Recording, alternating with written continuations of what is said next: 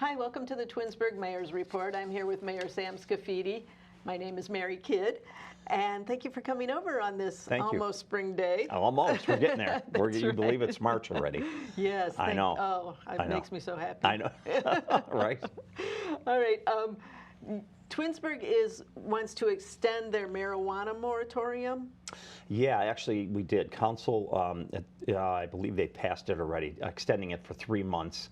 And they want to review the regulatory prohibition on the adult recreational dispensaries in Twinsburg. So it's going to give them some time to be able to do that. I know we've had the moratorium for about a year, but with our new zoning code, it's really prohibited in the city. So that's why they want to just extend the moratorium and to be able to look at it and really just make a really sound, good decision on which way we're going to go with it. Does that go for vape shops as well? No, not the vape shops. Right. The vape shops are still operational. Okay. Mm-hmm. All right. And please explain this public records portal, which is called, it has a catchy name, Civic Plus Next Request. Next Request. Okay. That's something new that we've done. And actually, we just launched it last Friday, okay?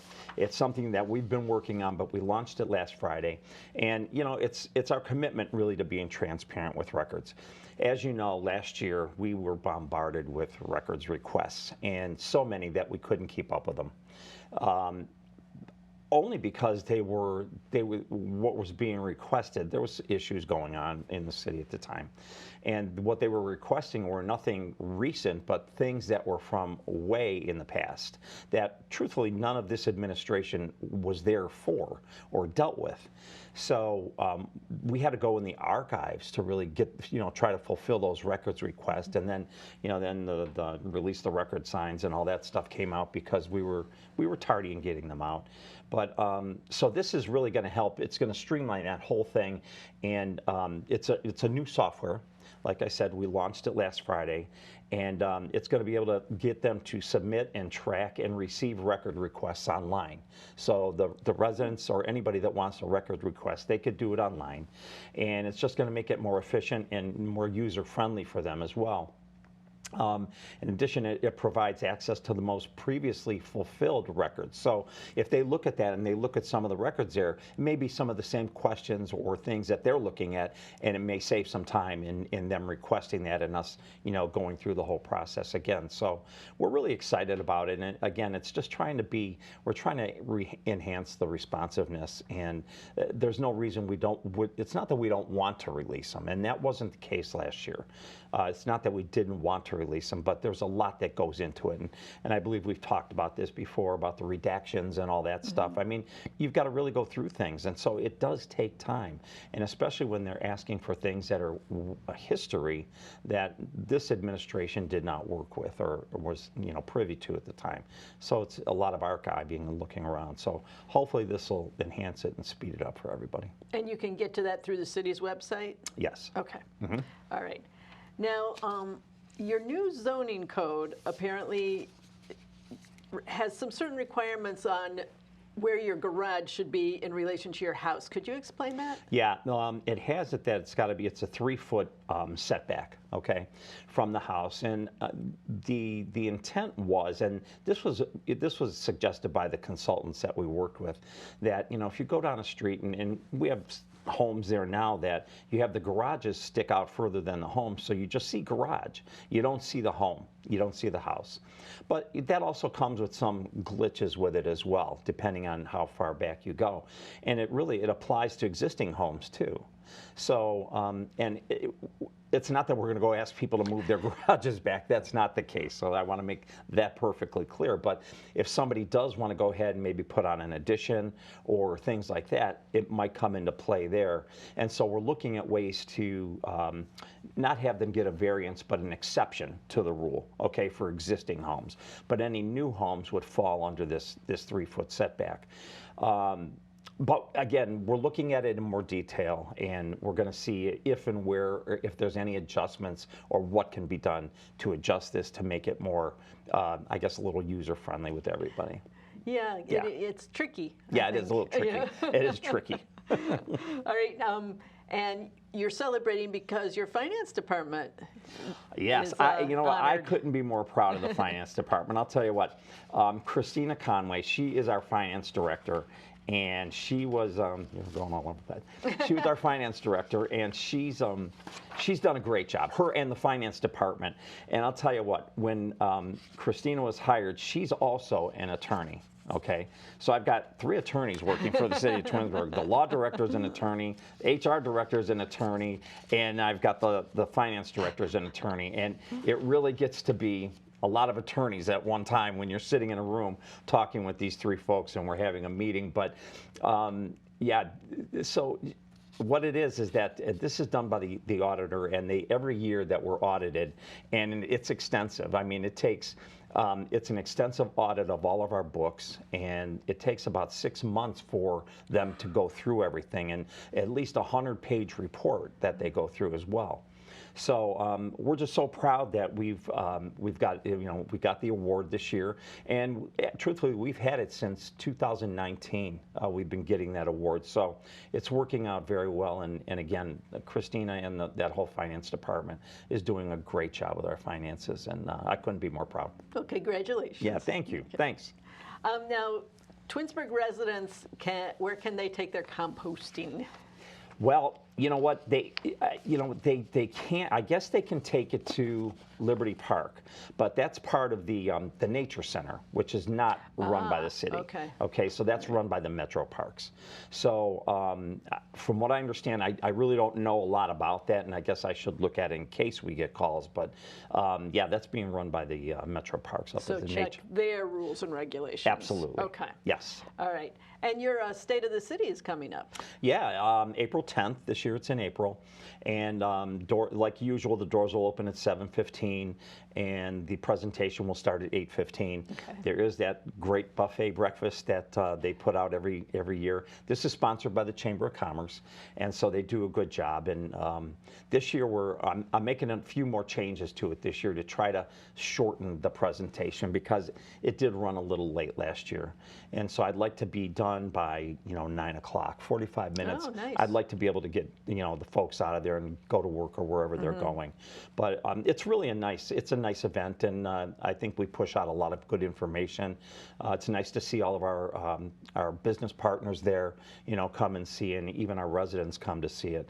I believe it's like $28 for a ticket. But so if I'm not worth the $28, believe me, the breakfast is. So come for breakfast, because it's really well worth it. They'll enjoy it. Yeah, and there's some good information. Okay, good. Yeah. And it's time for seasonal hiring. Yeah, seasonal hiring. We do that every year, and I think this year we usually start in February. But our service department is going to be participating with the Twinsburg High School is having a job fair on March 5th, and that's from 9:30 to 1:30. And we're looking for people in our service department to assist our full-time staff in the areas of gardening and parks maintenance programs. And these folks that we hire, they'll be working like 40 hours a week, and they'll be working from 7 to 3:30. So I'll be honest with you, anybody that knows my history, that's where I started. Way back in the day when I went to work for my local community that I lived in as a seasonal worker.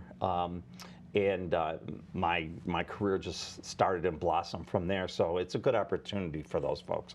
Also, our Parks and Rec department, they're hiring, and they're going to be hiring for lifeguards, camp leaders, camp volunteers, and concessions and front desk at the water park. So they can call the community center for that and get some more information on that, or they could actually fill out an application online. Okay. So yeah, so Also there's a lot through of the city website? Yes. Okay. Mhm. All right. Sure. And Senior Safety and Health Fair is right around the corner. This is really exciting. There's a lot of information that's going to be pushed out here for our seniors. It's at the community center on Wednesday, March 19th. Begins at 11:30. And there'll be presentations from the Twinsburg Police and Fire Department, as well as the Summit County Prosecutor's Office. And they'll be discussing things like phone, text, and email scams. As you know, when you look on the news, you see it all the time. I mean, seniors, everybody gets scammed, but I think seniors, a lot of time, they're more vulnerable. And so they're going to be talking about that. And also the prosecutor is going to be explaining a tool that will help residents identify whether they're a Summit County business or not. So it's really going to be some good programs, and we've got a bunch of vendors that are going to be there, and those people I'm going to like to give them a little shout out is the Senior Housing and Senior Resources. Canterbury of Twinsburg will be there. The Springer Retirement Center will be there. The Twinsburg Post-Acute will be there. Maplewood of Twinsburg. Summit Corners, Mulberry Gardens, Ahuja will be there, Home Instead of Senior Care, and so on, and Hospice of the Western Reserve. So there's going to be a ton of vendors there that can, talk. They'll be able to get some information from these folks as well. So it's going to be a really nice event, I think, for our seniors, and they can register by calling. I'm going to give the number 330-963-8722 to register to come on out March 19th at 11:30. Excellent. Yeah. Yeah, you're right. There's always a new scam. I got a text the other day that said, you owe money from your Easy Pass, and you better pay it right now. Click on this. Exactly. And I'm like, oh, I don't have an Easy Pass. Right. I've been getting those as well. Right. I have. And it's funny because I've been seeing it on the news, too. Oh, They're did talking you? about it Okay. on the news, that the Easy Pass scam. So, yeah, there's scams out Yeah, there. be careful. Yeah. All right, let's see. Oh, I have, for a while now, been bemoaning the loss of the Twinsburg Community Theater. Yes. But people who have the acting bug in Twinsburg, that you're offering something for free. We're offering acting classes. Yeah, it's going to be, I think this is, I'd like to take it myself, actually, but it's theater classes, and they're going to be held at the Twinsburg Community Center. There's beginners classes, and there's the advanced classes. The beginners classes, they start on March 18th and April 15th at 6 o'clock, and you come and learn about the fundamentals of acting and the acting process, and all materials will be provided. So that's for the beginners. The advanced theater is March 19th and April 16th at 6th, and that's going to be more of an in-depth look at character and scene studies. So once again, all the materials are provided, and we have a local Twinsburg resident, Kate Tonti, is going to be the teacher there, and so she'll be taking care of that. And again, you could register for that at 330-963-8722. It sounds fun. Yeah, so it should be a lot of fun. Yeah. And it's now time for open registration for community gardens. Yes. Well, actually, yesterday closed the registration for the renewals. Okay. So then on March 17th, we're going to open up for everybody, and anybody that hadn't renewed their plot or spot was going to be open then to all the, to the public, to everybody else. And so they'll be able to get their spot again starting March 17th. Cost is $28 per plot, and it's for a 1-year plot. And then the gardens will open on Memorial Day weekend. Okay. Yeah. And is the golf course open? Or did it ever close? It did close. It did close. If you remember, last year I was so happy we opened in February. Right. Okay, this year February was out of the ballpark, because unless you had yellow balls with treads on them, there's no way you were going to golf in February this year. So no, we have not opened yet, but we're waiting for the inclement weather to clear up, and as soon as it does, and the course dries out a little bit and it's playable, we're going to make sure that we get it open for the public to be able to come and enjoy it. Good. Because we had a great season last year, all year long. It it's really weather dependent over there, so it helps quite a few things. Gets the golfers out, but it helps our city too. So it's all good. Right. Yeah. Right. Now your big spring community celebration is called the Bunny Bash. Yeah. When's that? Yeah, that's on April 12th. And first it'll start out with pancakes with the bunny, and that's at 8:30 in the morning, and that's at the community center. And they haven't put out the reservation information yet. The registration information yet. And then they're going to have an Easter roll and candy scramble. So the fitness center staff will be out there with volunteers, and they're going to be scattering candy, eggs, and toys throughout the basketball courts. And then we're going to let the kids go to town out there. The good thing is, though, we have like 3 age groups. We have for the small ones at 10:30 in the morning from the 2 to 5-year-olds. They'll be able to go out there first, and then the 6 to 11-year-olds, they're at 10:45. And then they'll get their opportunity to go out there. And then for the teen egg hunt, it starts promptly at 10:30, and their stuff will be scattered throughout the fitness center, so it's not going to be in the same area as the young kiddos. Okay. So the older ones get to have their own thing, and it should be a fun event for them. This sounds like a good time. Well, I was there last year. Okay. And it was so bitterly cold that they made an executive decision for the little ones and the middle ones, moved them inside, and everyone still had a wonderful time. Yeah. And then those teenagers didn't care if it was cold or not, so they were outside. But it was good. Yeah. Mm-hmm. All right, my last thing, it's toward the end of April, and we're talking about this now because we'll be showing your state of the city for the month of April. So we got to remind people now about Earth Day. Okay. Yeah, this year we're combining it with Arbor Day. Okay, so our Earth Day and Arbor Day are going to be together on April 26th. And that'll be from 9 to 11 in the morning at the community center. We're partnering with the Tinkers Creek Watershed, the Twinsburg Native Habitat Group, and our Environmental Commission. And we're bringing these 2 really important programs together under one program. And it's going to be, they're going to consist of talking about rain barrel workshops and scavenger hunts, and just hands-on activities for everybody that comes out and enjoys it. And we usually get some good response to this too. So looking forward to having both of those together, and in our partnerships with those other organizations. It should be a good time. The fun is starting to So much is going on in Twinsburg. Yeah, there's a lot going on there. Sure. All right, thank you so much. I appreciate it. Thank you for having me. And thank you for watching.